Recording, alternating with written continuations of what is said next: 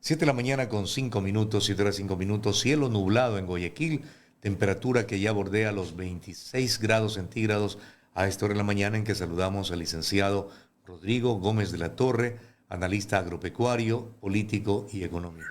¿Cómo está, don Rodrigo? Buen día, qué gusto verlo. Estimado Orlando, muy buenos días a todos quienes nos siguen en la entrevista. Le digo que nos están sintonizando en Europa, en Estados Unidos y particularmente un amigo, muy amigo que tengo en Washington, Wilfrido Ortega, que no sabe por qué le decimos bioterrorista a Isa, me pregunta, ¿y qué es eso de RR a Luisa González? Y ya le advertí que bioterrorista porque quiso incendiar Quito, contaminando así el ambiente, y RR o Rana René a la señora Luisa González. ¿Cómo ve el resultado electoral, don Rodrigo? Hay un positivismo en el pueblo ecuatoriano. Nos viene ahora el chuchaqui de las elecciones frente a lo que hay que hacer en el país. ¿Cómo usted lo advierte? A ver, creo que el resultado electoral se evidencia inmediatamente y olvidémonos un poquito de la parte de Ecuador a través de los mercados internacionales. Los bonos recuperan valor de golpe, sube su cotización, lo cual evidencia que hay confianza en el sector externo. O sea, ellos también están viéndole al Ecuador, así como le vieron a raíz de la primera vuelta que el riesgo país pasó de menos de 900 a 1.200 puntos, en este momento también el riesgo país de ya había superado los 1.900, ya estamos bordeando los 1.200 otra vez.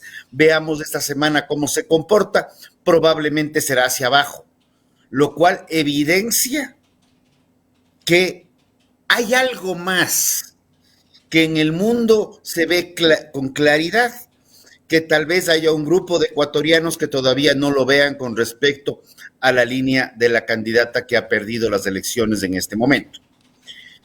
Pero vamos un paso más allá. ¿Qué nos toca hacer ahora?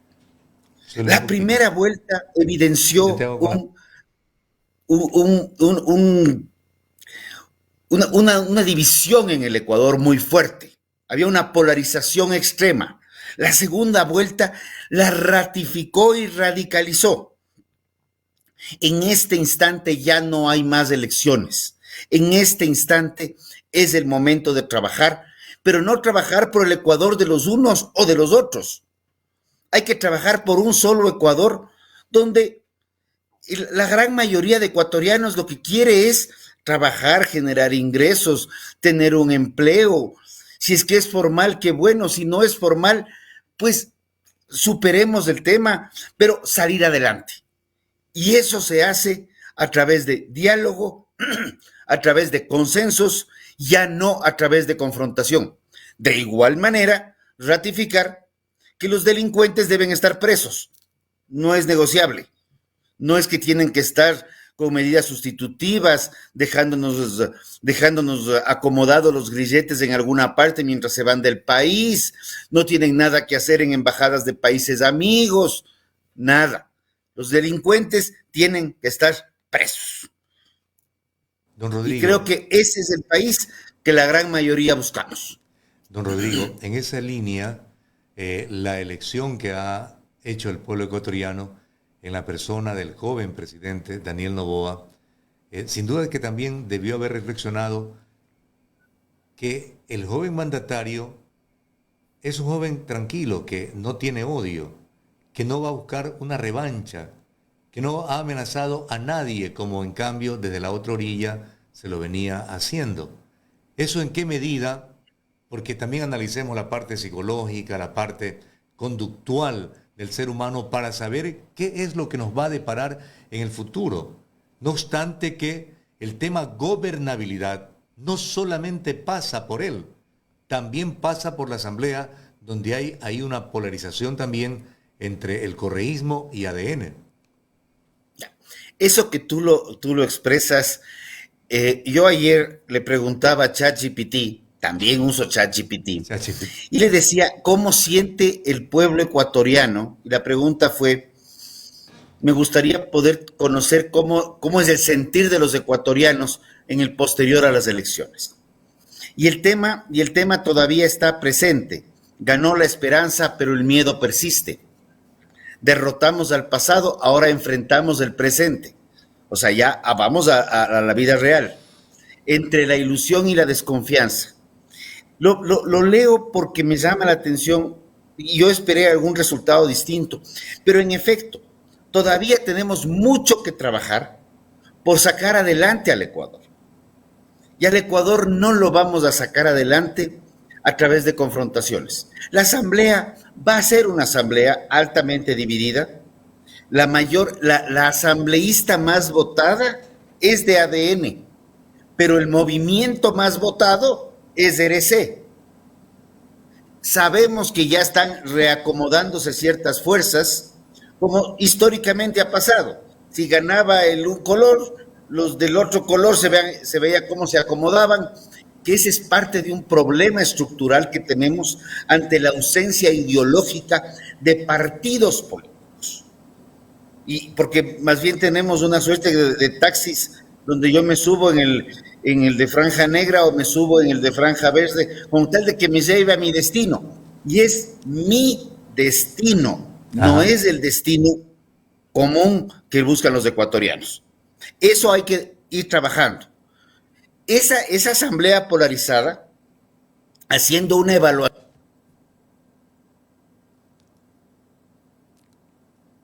Se nos quedó congelada la imagen de don Rodrigo. Refleje un problema el día de mañana, ¿no? Donde nos haga la vuelta electoral al revés, a lo que tenemos ahora en presidencia.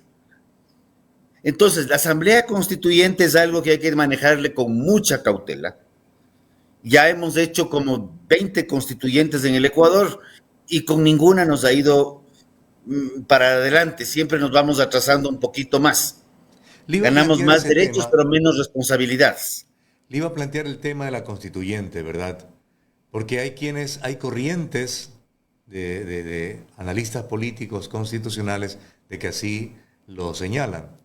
Pero frente a las circunstancias económicas que vive el país, hay que buscar una situación de superar la economía del país. Hay un déficit que no lo superamos hace más de 10 años.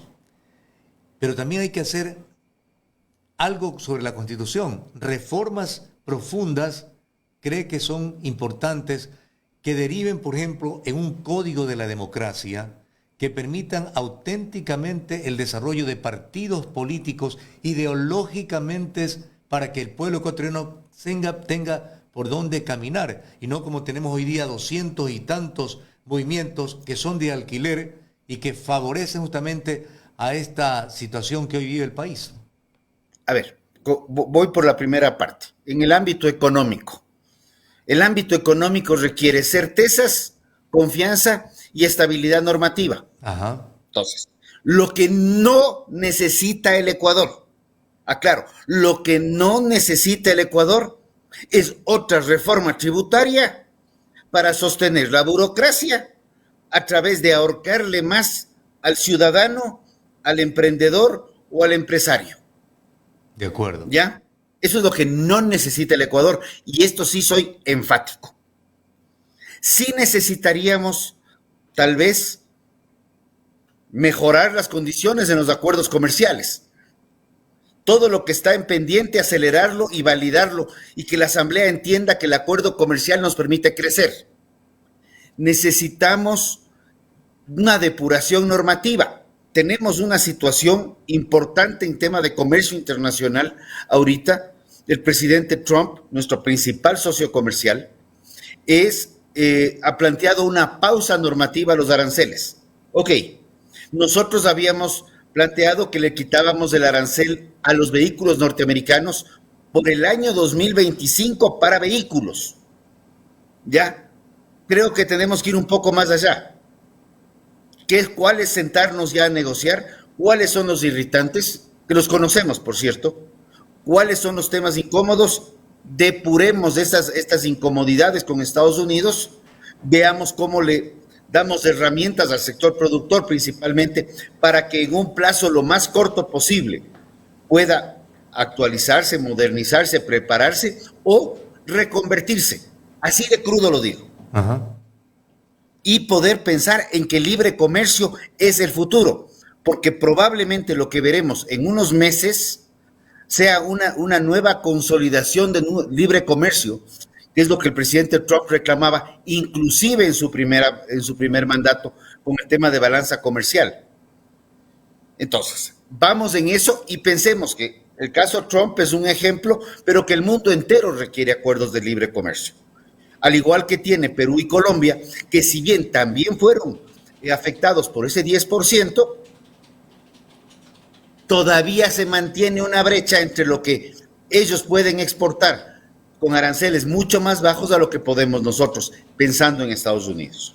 Ese es un tema importante Tema que usted laboral. acaba de tocar, don Rodrigo, perdona que le interrumpa, el tema arancelario y la política externa de Ecuador en el ámbito comercial, ¿verdad? Pero la Constitución, por ejemplo, prohíbe la inversión privada en áreas importantes.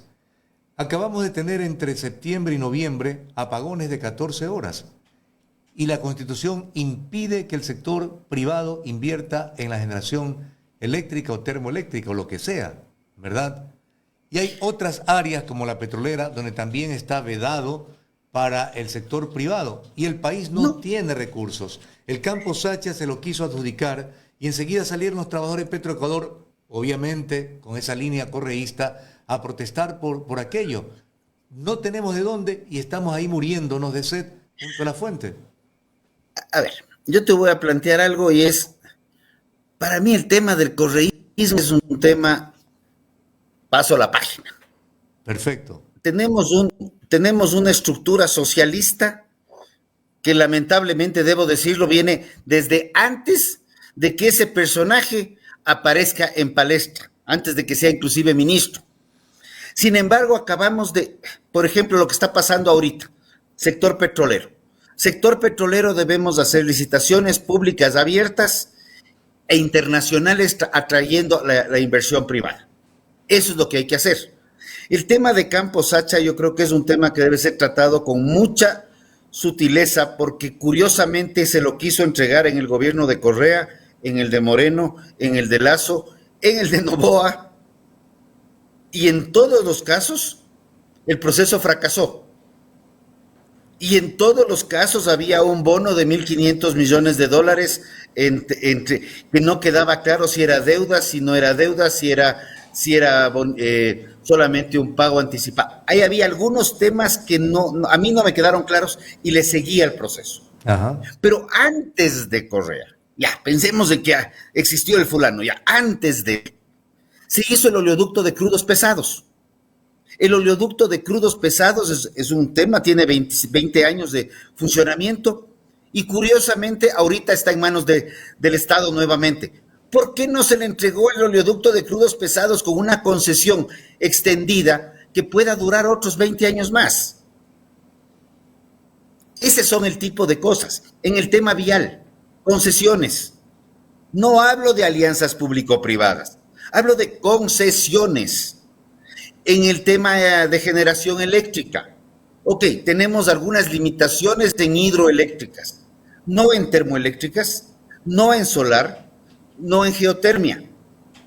Comencemos a entregar la generación eléctrica a través de concesiones, mientras vamos buscando los mecanismos que nos permitan acelerar los procesos.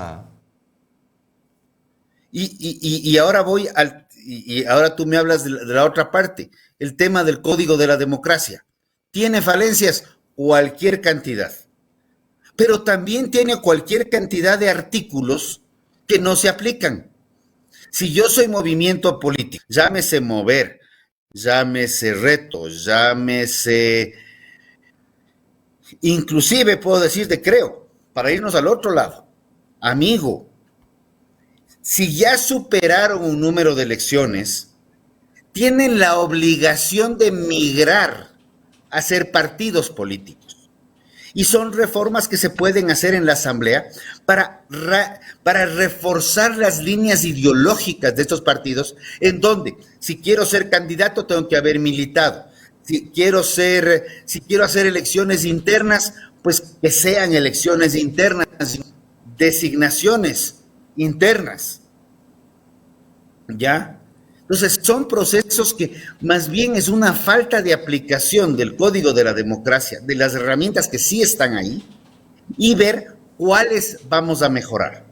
Materia laboral. Tenemos ya acuerdos ministeriales que desde el 2020 a la fecha han generado más de 150,000 contratos. Reforcemos esos acuerdos y démosles mayor viabilidad, mayor propaganda para que más gente conozca de su uso. No afectan los derechos adquiridos, pero sí otorgan derechos a los nuevos trabajadores. Ese tipo de cosas son las que tenemos que trabajar. Y trabajar muchas veces con las herramientas que tenemos. A veces tenemos una muy buena caja de herramientas, pero no. El playo, el desarmador, el martillo que tenemos no queremos. Queremos el playo que tiene el filo de mi color. El martillo que tiene el sacaclavos más adornado. El desarmador que no es exacto el que tengo, pero uno que me acomoda a mí más. Hay dos herramientas. No es un tema que es lo que le acomoda, es lo que le acomoda al país. En ese parangón, don Rodrigo, hay dos herramientas que los políticos siempre nos hablan, pero no profundizan ni actúan. La una es la agricultura. Somos un país experto en producir y tenemos sol los 365 días del año y agua también, gracias a Dios, la tenemos. Y tenemos también una belleza natural en nuestro país que a nivel turístico no se la explota. Comencemos por ahí. Gobiernos autónomos descentralizados municipales queriendo meterle patente municipal al sector agrícola, que ya se lo ha dicho cientos de veces. Ya hay reformas a las leyes, interpretaciones a las leyes que dicen que no es sujeto de cobro. Sin embargo, hay municipios que siguen con la cantaleta para ver cómo le ahorcan al productor. Segundo, sector agrícola, déjenle trabajar. Recuerdo inclusive en el gobierno con Guillermo Lasso, en el gobierno con Guillermo Lasso, el presidente de la Comisión de Desarrollo Económico era Daniel Noboa, y se le puso un impuesto a las tierras rurales productivas. Déjenle al sector rural trabajar, ya tiene suficiente con el clima. El clima ya es impredecible, ¿para qué meterle al gobierno a jorobar la vida? Al que sea. La mejor herramienta es tener reglas claras, pero sobre todo estables. Prolongadas. Porque muchas veces arrancamos un cultivo de ciclo corto y arrancamos el cultivo de maíz, arroz, papa, y para cuando arrancamos el cultivo las reglas son unas y para cuando queremos cosechar las reglas son otras. Déjennos trabajar. Eso es lo que más se necesita. ¿Quieren apoyar al agro? No le metan más complicaciones. Y más bien abramos mercados, porque además, cuando abrimos el mercado norteamericano para un producto, es el comprador el que nos dice quiero estas condiciones. Abrimos el mercado Canadá, que estamos ahí al ladito y cojo esa cercanía específicamente por eso. Canadá me dice, sí, tú tienes que cumplir estas otras condiciones, muy parecidas, pero alguna connotación distinta tiene. Quiero abrir Asia, quiero abrir India, quiero abrir África. África también tiene países que podríamos estar exportando y que son grandes consumidores y de donde podemos importar. Eso es lo que se requiere. Tú me hablas de la belleza turística. Comenzar con lo que retomo lo de la patente municipal. La patente municipal son 5 sectores que deben pagar: comercial, manufacturas, financiero, comercial, industrial, manufacturas, servicios honorarios profesionales, construcción. Ya. Turismo no tiene nada que hacer ahí. Dejen de quitarle plata a los que están tratando de emprender en turismo. Dejen de bloquearles el trabajo. Dejen de quitarles liquidez, sea el gobierno central, sean los gobiernos municipales. Eso es lo que se tiene que hacer. Liberemos la economía, más libertad económica, más libertad laboral, más libertad en varios aspectos, respetándole el marco general del respeto entre todos, y el Ecuador, más rápido que inmediato, duplicará exportaciones, no solamente en productos primarios, crecerá más en elaborados y exportaremos servicios en el cortísimo plazo.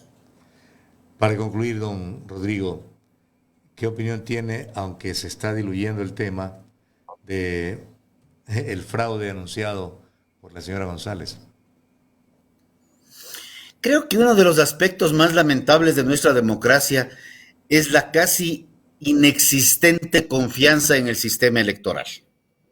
Lamentablemente, y lo digo indistinto quién gane, el ciudadano ha perdido muchísima confianza en el sistema electoral. Y creo que eso es algo que hay que trabajarlo. Y ahí viene el otro tema. Una constituyente probablemente involucre también un proceso electoral. Las autoridades actuales, 4 de las 5, están ya extendidas en plazos. Deberían entregar los resultados y salir. Irse. Pero ese Consejo de Participación Ciudadana y Control Social, que tal vez es lo único que sí va a requerir una reforma constitucional, y esa reforma constitucional, no necesitamos hacer constituyente, no necesitamos hacer nada, necesitamos que la Asamblea retome algo que ya está listo, que el pueblo ya se pronunció y que se quedó trunco en la Asamblea. O sea, así de fácil. Porque ese entuerto, porque no hay otra forma de calificarlo, para lo único que ha servido es para los intereses particulares del gobierno de turno. Ese entuerto debe desaparecer o debe dedicarse a fomentar la participación ciudadana, hacer fiscalización y dejar de nombrar autoridades. Las autoridades, como se ha nombrado históricamente, ternas, la Asamblea y con una veeduría ciudadana estricta. Ese debe ser el camino. Si la Asamblea no nos gusta, tilín, tilín, recordemos que somos los ciudadanos los que rayamos la papeleta por esos asambleístas. Entonces, también tengamos cuidado de quejarnos de la Asamblea, porque no cayó del cielo como ni meteorito, ni como lluvia, ni como un manto de pétalos de rosa. Nosotros les escogimos por responsabilidad de los partidos políticos que pusieron lo que pusieron. Don Rodrigo, siempre grato conversar con usted, recibir sus opiniones para la orientación de nuestra ciudadanía. Muy gentil, buen día. Gracias a ti, Orlando, y gracias por la paciencia también. Un abrazo. De ninguna manera, siempre es grato, le digo, hablar con usted. Le agradecemos al licenciado Rodrigo Gómez de la Torre, analista agropecuario, político y económico, dialogando aquí de los resultados electorales y lo que hay que hacer ahora de parte del presidente reelecto Daniel Noboa. Vamos a la pausa para conversar también sobre el tema con el doctor Gino Norero González, analista político y libre pensador.